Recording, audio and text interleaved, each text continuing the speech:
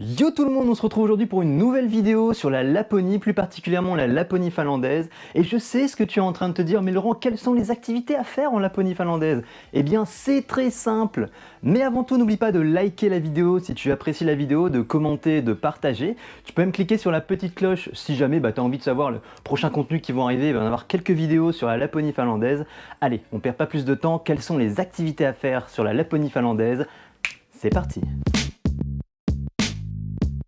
On va commencer par le ski nordique. Le ski nordique, c'est un peu comme le ski de fond, sauf que c'est toute une institution là-bas, voire carrément même un mode de vie. Presque tous les habitants ont leur propre ski et il n'est pas rare de les voir se déplacer avec. Vous trouverez en Laponie finlandaise beaucoup de pistes de ski, qui à mes yeux ressemblent plus limite à des routes ou des autoroutes, vu qu'on peut carrément les emprunter pour se rendre d'un point A à un point B. C'est beaucoup plus simple que tout simplement marcher ou même prendre le bus. Le ski nordique, c'est un peu technique. Tout est une question de glissement de jambes et de rythme à maintenir, surtout en montée. Vous trouvez des locations de ski pour à peu près 40 € la journée, et clairement c'est une des activités incontournables à faire en Laponie finlandaise. Seconde activité, la motoneige. Alors il faut savoir que je ne suis pas un grand fan des sports mécaniques, mais la motoneige ça m'a quand même agréablement surpris. Il faut savoir que c'est un des transports qui est couramment utilisé en Laponie finlandaise, même s'il est beaucoup plus coûteux que le ski, vous vous en doutez. Mais c'est vraiment beaucoup plus impressionnant. On sent qu'on est sur une machine qui est vraiment très puissante et qui n'a aucune difficulté à traverser la neige. Pour vous donner un exemple, je traversais une plaine sauvage sur la motoneige et quand j'ai voulu descendre, j'ai mis mon pied sur la neige, je me suis enfoncé sur 50 à 60 cm de neige. Là où la motoneige, elle passait sans aucune difficulté. Il y a pas mal de routes pour les motoneiges en Laponie finlandaise avec beaucoup de montées, beaucoup de descentes, c'est vraiment hyper fun à parcourir. Même si clairement la chose la plus cool que j'ai faite en motoneige, c'était tout simplement de parcourir des plaines sauvages là où personne n'était passé. Et on a une sensation de liberté qui est réellement incroyable. Les premières minutes peuvent être un petit peu difficiles. On a les mains sur le guidon, on est un peu crispé, il y a beaucoup de secousses, mais ça demande un petit peu de temps avant de maîtriser la bête. Alors attention, il faut le faire encadré par un guide qui dispose d'une licence pour permettre de faire cette activité. Mais en tout cas, c'est une des activités qui m'a agréablement surpris. On parle d'un budget de 150 à 250 € pour faire quelques heures de motoneige. Là, on attaque du lourd. C'est l'activité numéro 1 à faire en Laponie finlandaise, les aurores boréales. Alors je vais être honnête avec vous, il faut quand même un petit peu de chance. Par exemple, moi j'ai eu de la chance justement, en sortant d'un dîner, j'ai pu voir des aurores boréales pile dans le ciel là où j'étais. D'ailleurs, si ça vous intéresse, j'ai fait une autre vidéo la fois où j'ai vu des aurores boréales, n'hésitez pas à aller la voir. Mais globalement, des aurores boréales, ça se mérite. Alors il faut être là au bon moment, au bon endroit et avoir les bonnes conditions, c'est-à-dire un ciel dégagé, un indice de Capet qui est la puissance solaire suffisamment forte, mais surtout globalement une bonne dose de chance. Pour vous dire, les aurores boréales sont là un peu tout le temps. C'est juste qu'elles ne sont pas assez puissantes pour qu'on puisse les distinguer à l'œil nu. Alors il existe des tours qui peuvent vous prendre justement en motoneige ou en voiture pour vous amener à un spot parfait pour voir les aurores boréales. Donc si vous n'aimez pas marcher ou tout simplement attendre à les chercher, ça peut être parfait pour vous. Alors on a à peu près un prix de 100 € pour ce genre de tour, sachant que rien ne vous garantit que vous allez voir des aurores boréales. Mais surtout, ayez une tenue de résistance au froid. Vous allez parfois attendre plusieurs heures pour apercevoir des aurores boréales et très rapidement, vous allez avoir froid aux extrémités, c'est-à-dire les mains, le visage, mais aussi aux pieds. Et surtout, faites attention où vous marchez dans la neige, parce que clairement, parfois, la neige est plus profonde que ce qu'on imagine. Si jamais tu te poses des questions sur quel équipement avoir, j'ai réalisé une vidéo sur les équipements à avoir dans des conditions de froid en Laponie suédoise. N'hésite pas à aller la voir. Si jamais tu veux en savoir plus sur les aurores boréales, j'ai fait une vidéo qui te montre un peu mon expérience la fois où j'ai vu des aurores boréales en Laponie finlandaise. N'hésite pas à me dire en commentaire si tu as déjà vu des aurores boréales ou si tu rêverais d'en voir. Alors si tu adores la randonnée mais que la poudreuse te fatigue, les randonnées en raquettes sont là pour toi. Tu peux en louer à partir de 30 € la journée. Alors attention, certaines personnes vont vous dire que les raquettes ça sert à rien dans la neige. Alors pas exactement, parce qu'il va y avoir des sentiers où la neige est bien tassée, auquel vous n'aurez aucune difficulté à circuler en chaussures de randonnée. Je précise chaussures de randonnée, ne passez pas ce genre de randonnée avec des chaussures de ville, avec des semelles plates, vous allez glisser tout le temps, ça va être insupportable.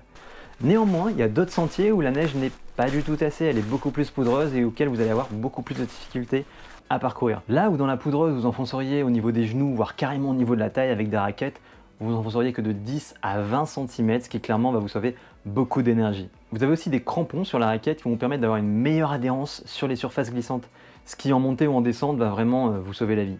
Pour certaines personnes, il peut aussi y avoir deux types de gêne. La première, c'est le poids des raquettes, qui peut être un peu gênant quand à chaque fois on lève son pied. C'est une question d'habitude, mais aussi la taille des raquettes qui prend beaucoup plus de surface et qui nous demande de nous adapter un petit peu plus à chaque fois qu'on pose notre pied. Pour avoir fait à peu près 5 heures de randonnée avec ces raquettes, j'ai adoré ça. Que ce soit en montée, on accrochait facilement avec les crampons, mais aussi dans la neige, c'était vraiment jouissif. Clairement, pour ceux qui sont amoureux de la randonnée, je vous conseille énormément de tester ce genre d'expérience en Laponie finlandaise.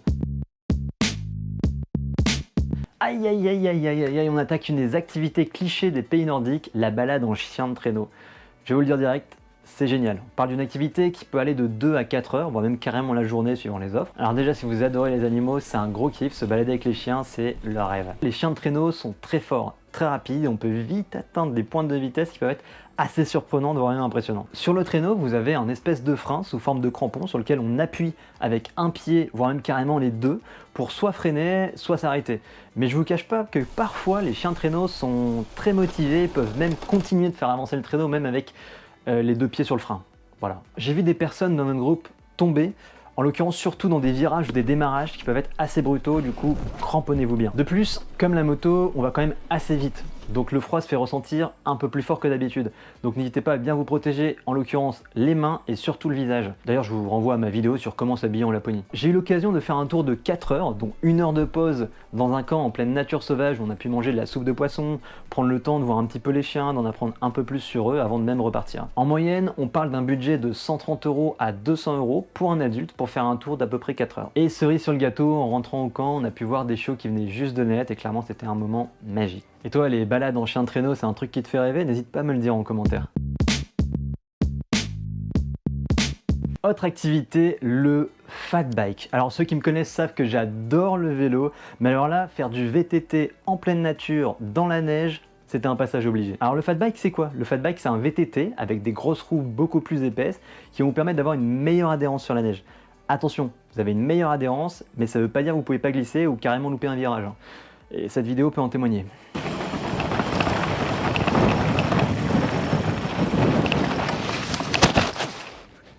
Il existe plusieurs formats de vélo. Le premier, c'est le format manuel, tout simplement on pédale avec ses pieds, un grand classique. Mais aussi un format vélo électrique qui est beaucoup plus lourd, mais qui avec son assistante électrique va pouvoir vous permettre d'alléger justement les efforts. Alors attention, le vélo est plus lourd, ça peut être un peu plus pénible. Sachant que j'avais déjà à peu près 3 heures de randonnée dans les dents, je me suis dit bon, qu'est-ce qu'on va faire? On va prendre le vélo électrique pour tester. Alors déjà, il y a des montées et des descentes sur les parcours, clairement, il y a moyen de s'amuser. Alors vous pouvez la jouer un peu plus détente, en y allant tranquillement, pédalant, on s'amuse, on regarde un peu les paysages, c'est cool. Ou y aller d'un moyen un petit peu plus sportif. Et là, clairement, il y a moyen de se faire des bonnes sensations. Alors, pas besoin d'aller très vite. Clairement, je suis allé au maximum à 20 km/h. Je peux vous dire que déjà à 10-15 km/h dans la neige, avec les bons virages, on s'amuse pas mal. Comme je vous l'ai dit, si vous voulez jouer un petit peu plus sportif, vous risquez de tomber pas mal de fois. Mais globalement, ça reste de la poudreuse. Vous n'allez pas vous blesser, sauf si le vélo vous retombe dessus. Faites vraiment attention, ça m'est arrivé quelques fois et c'est là où on peut vraiment se blesser. Au niveau des pistes, c'est assez rigolo parce qu'on a 30 cm de neige qui sont très tassés, durs, parfaits. Sauf que parfois vous pouvez avoir des trous qui risquent de vous déstabiliser pour reprendre le contrôle du vélo, parfois c'est un peu technique. Et juste à côté de ces 30 cm, on a sur chaque côté 20 cm de poudreuse. Et là par contre, je vais être honnête avec vous, si votre roue finit là-dedans, soit vous vous enfoncez un peu, vous repartez, tout va bien, soit vous vous enfoncez totalement et vous chutez, tout simplement. Et ça m'est arrivé pas mal de fois de prendre des virages et de finir dans la neige. Mais aussi parfois il y a des montées, et si vous les prenez pas avec assez de vitesse, vous pouvez vous faire surprendre, vous êtes bon pour descendre du vélo et la refaire remonter. Et comme je vous l'ai dit précédemment, le vélo électrique il est lourd. J'en ai eu pour 40 € pour un vélo électrique sur 2 heures. Il y a le même format à 35 € avec un vélo normal. Vous pouvez en avoir pour 60 € pour 4 heures et 100 € pour la journée. Clairement, si vous voulez jouer sportif, 2 heures, c'est déjà pas mal. Alors voilà, cette activité, elle déchire pour les fans de vélo et ceux qui aiment les sensations fortes. Et dernière activité, le bain nordique et le sauna traditionnel. Vous avez envie de vous détendre, de relâcher un peu les tensions, cette activité est faite pour vous. Le bain nordique, c'est une autre histoire. Clairement, plonger dans de l'eau gelée, ça relève de l'exploit. Même si juste après, vous avez un sauna traditionnel qui va vite être très revigorant, surtout après une chute de température pareille. Par contre, faites attention. Parfois, certains sites, il faut les réserver plusieurs jours, voire semaines à l'avance pour pouvoir y aller. Ne vous faites pas avoir.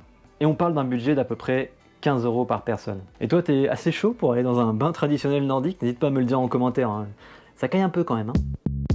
Et voilà, c'est fini sur le listing des activités à faire en Laponie suédoise. Bien sûr, il y a encore d'autres activités à découvrir, comme par exemple les balades à cheval, les stations de ski ou les toboggans sur plusieurs kilomètres. Mais avec toutes ces super activités, tu vas pouvoir égayer ton voyage et le rendre encore plus mémorable. N'hésite pas à me dire en commentaire quelle activité t'a le plus plu ou intéressé. mais aussi à mettre un pouce bleu, à partager la vidéo ou cliquer sur la petite cloche qui te permettra de voir les prochaines vidéos qui vont sortir sur la chaîne. Et surtout, n'oublie pas qu'il n'est jamais trop tard pour voyager.